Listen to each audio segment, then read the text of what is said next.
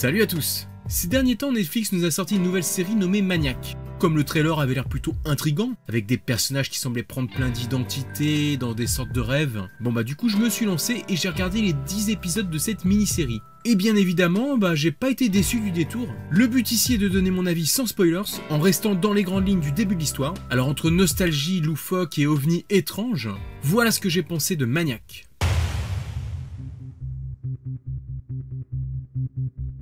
Déjà pour commencer avec cette adaptation d'une série télévisée norvégienne du même nom, tournons-nous avant tout du côté du réalisateur avec Kari Joji Fukunaga, en espérant que ce soit la bonne prononciation, qui est connu pour l'excellente première saison de True Detective. Ce jeune réalisateur s'est d'ailleurs vu confier le prochain James Bond. C'est dire qu'il est dans une belle ascension en ce moment, et on n'a pas fini d'entendre parler de lui. Il a tourné ici l'intégralité des 10 épisodes de Maniac. Il tente des choses avec, on le sent, une certaine expérience, comme des plans séquences, des jeux de caméra, quelques effets de style plutôt bienvenus, mais qui sont avant tout là pour nourrir efficacement le récit sans faire trop de fioritures.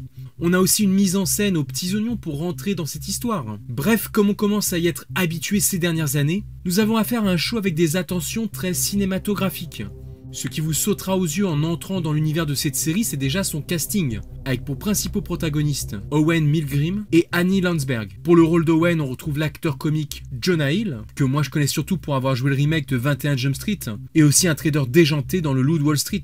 Du coup ici, il est complètement méconnaissable, transformé physiquement par une forte perte de poids, et des yeux cernés qui lui donnent à première vue cette étrange apparence névrosée et triste, un peu à contre-emploi de ce qu'on pourrait s'attendre de sa part dans ses rôles habituellement. Il donne la réplique à Annie, incarnée par Emma Stone, que vous avez pu voir dans La La Land entre autres, ici plus destroy que jamais, en junkie toxicomane peroxydée, à l'évidence elle aussi en proie à un mal-être qui la ronge.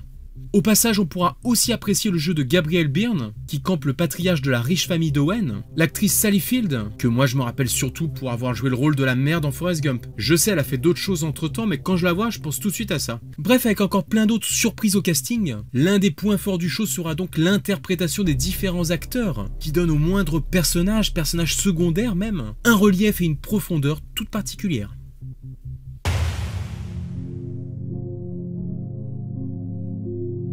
Annie et Owen, deux illustres inconnus, prennent part à une expérience pharmaceutique rémunérée qui a la prétention de pouvoir les soigner de leurs troubles en leur faisant ingérer des psychotropes, puis en les connectant à un nouveau type d'ordinateur super intelligent. À partir de là, on s'en doute si on a vu le trailer, il va leur arriver tout un tas de mésaventures type Inception dans les méandres de leur esprit torturé. Personnellement, j'ai trouvé la série pas mal du tout, une excellente surprise, car elle joue beaucoup la carte de l'imaginaire et de l'onirisme, avec tout un nuancier de couleurs, visuellement très efficace.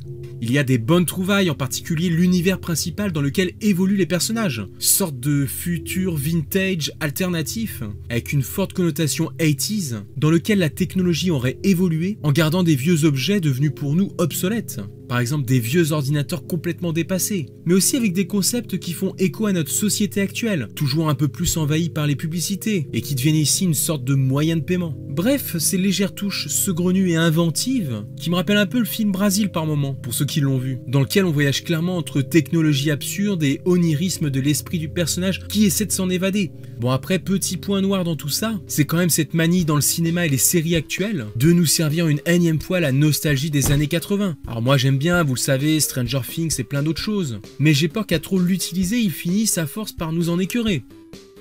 Heureusement ici ce prétexte est utilisé pour être tourné en dérision. Bref, Maniac nous apporte cette touche fraîche et originale, en nous proposant non pas de sauter dans le passé 80s, mais de le revisiter par le biais de ce monde parallèle, ce qui rend l'expérience plus pertinente.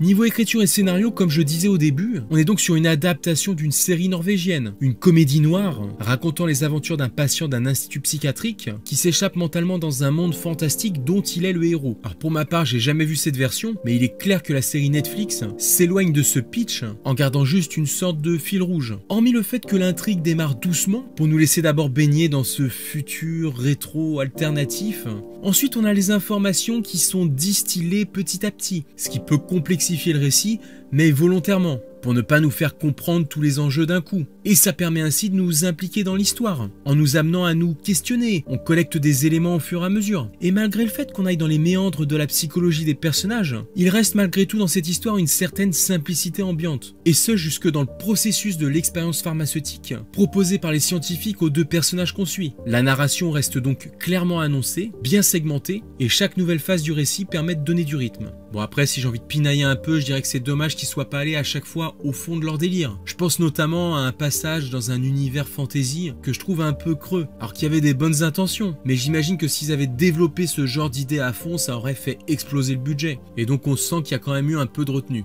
D'autre part, l'histoire secondaire des scientifiques est très sympa, et ça fonctionne parfaitement. Avec le design de leur laboratoire, entre Alien, Matrix et 2001 l'Odyssée de l'espace, avec ces sortes de grands tiroirs dans lesquels ils rentrent de temps en temps pour se reposer, tout cela est délicieusement ridicule. Voilà, au final, c'est pour toutes ces petites trouvailles que cette mini-série vaut le coup d'être regardée. Il y a de la créativité et de l'engagement pour avoir réussi à monter toute pièce cet environnement. L'histoire reste bien ficelée et les personnages sont drôles et attachants.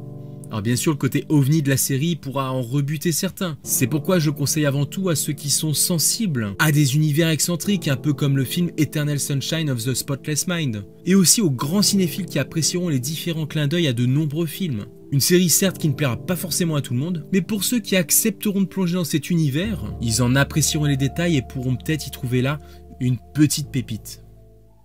Voilà, en tout cas, j'espère que cette vidéo vous aura donné envie de vous laisser tenter. Si vous l'avez déjà vu, n'hésitez pas à donner votre avis en commentaire maintenant que vous connaissez le mien. Et nous, on se retrouve bientôt pour de nouvelles vidéos, de nouvelles découvertes. Ciao les amis!